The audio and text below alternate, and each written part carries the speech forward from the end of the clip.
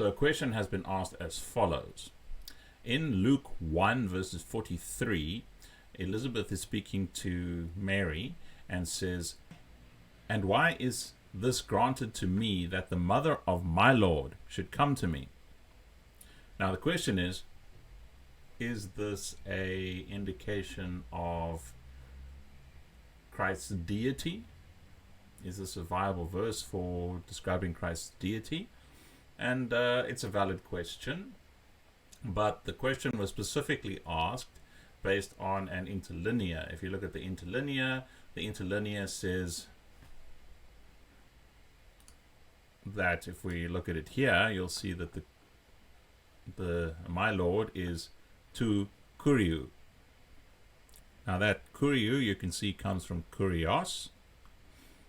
If you look where the mouse is being placed there, that is from kurios. Kurios is the lexical form of the word. Kuriou is the genitive form of that word. So mother of the Lord, and it's specifically of my Lord. That's why the mu there, you'll notice the mu there is also in the genitive form. It's ego is its lexical form, but in its genitive form, where it's possessive, it is mu. So it's my Lord. So it's the mother of my Lord. So the question then becomes, who is this Lord?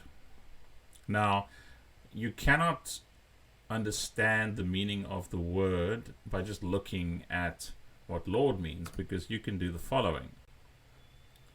You can look at kurios, which is the lexical form of the word, and you can open it in your favorite lexicon.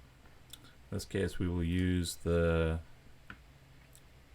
BDAG lexicon, which is the lexicon for, at the moment, for looking at words in the Greek New Testament. And if we look through this, we can see that kurios, kuriou ha, that's the lexical form of the word. One who is in charge by virtue of possession, owner. And there's a whole bunch of the personal objects, and there's a whole bunch of other meanings. Here's another one. One who is in a position of authority, that would be Lord or Master. So these are all the ways that you can translate the word Lord. It can refer to earthly beings, or it can refer to transcendent beings, such as God, for example. You can scroll through. Closely connected with the custom of applying the term kuriou to deities, or honoring deified rulers. Kurios is also a reference to Jesus. Now, I don't see our reference here, which would be Luke 1:43. There's 3:4.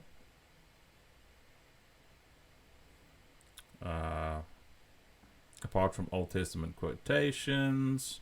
So as you can see, we're going through a whole bunch of verses here. It just keeps going. It just keeps going. And this is all just different ways that kurios is used. In some places, it is not clear whether God or Christ is meant, of other transcendent beings. So sometimes an angel might be called Lord.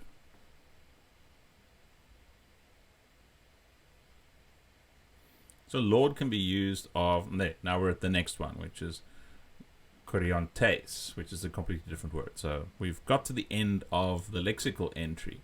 And that wasn't very helpful, because Lord can be used of deity, Lord can be used of non-deity. So the word itself and its use is not useful in determining the meaning of kuriou in this context, of kurios specifically in this context. You don't know by just looking at the dictionary definition. If you look at a good interlinear,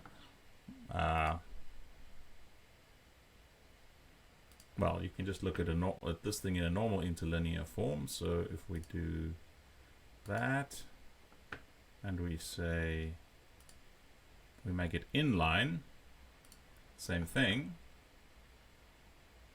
Go back to verse 43. So we need to check it up again.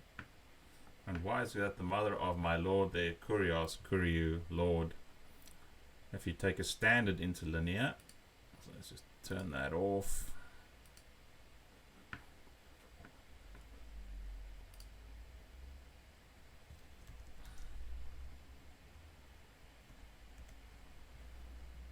So we just find a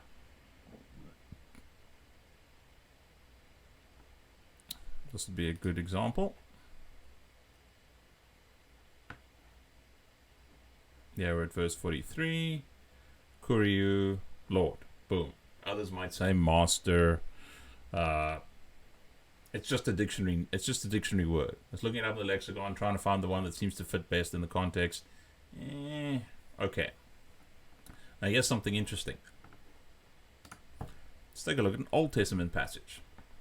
And God spoke all these words saying, I am the Lord your God. Now you'll notice that there's a very prominent Yahweh. Now that's a feature of Logos that you can add, where you can add tags to specific words. And what I asked Logos to do is I asked it to add the tag called Yahweh to any place in the Hebrew where the covenant name of God is used. So you'll notice it's used there, there, there, and so on and so forth.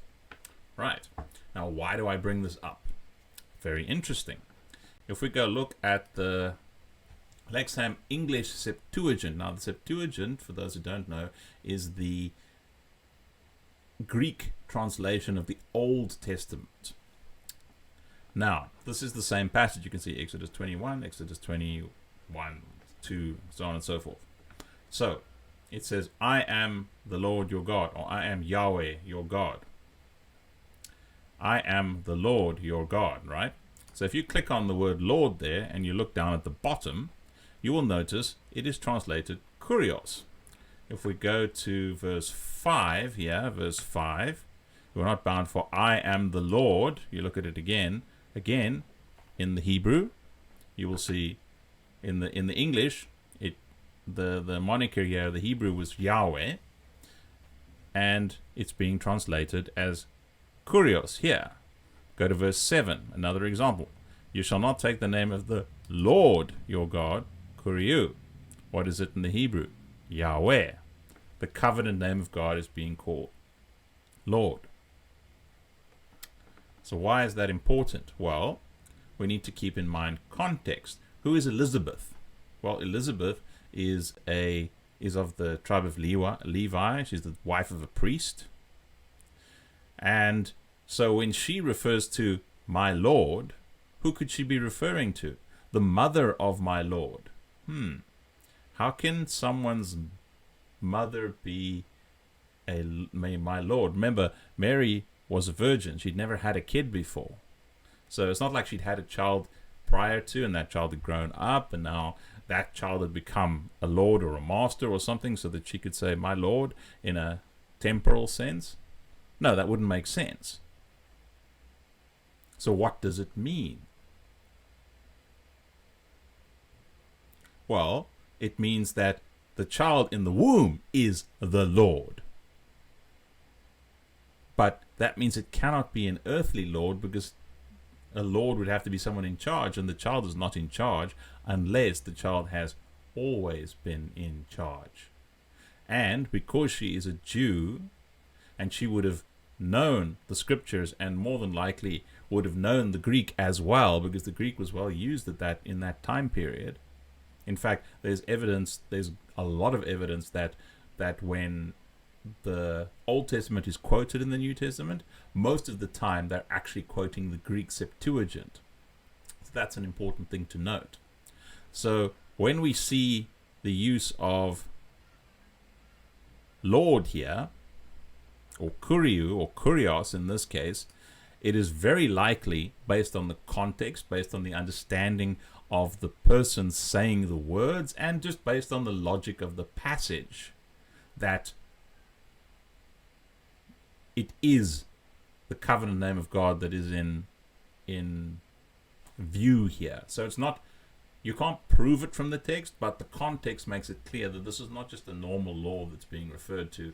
Therefore, it is a sign of deity. But you cannot simply use the Greek word on its own without any other further context to make that determination. You need to understand it in terms of both the Greek, and you need to understand it in terms of the context of what she's actually saying, who she is, who she's speaking to, and logically deduce it from what's happening in the text there.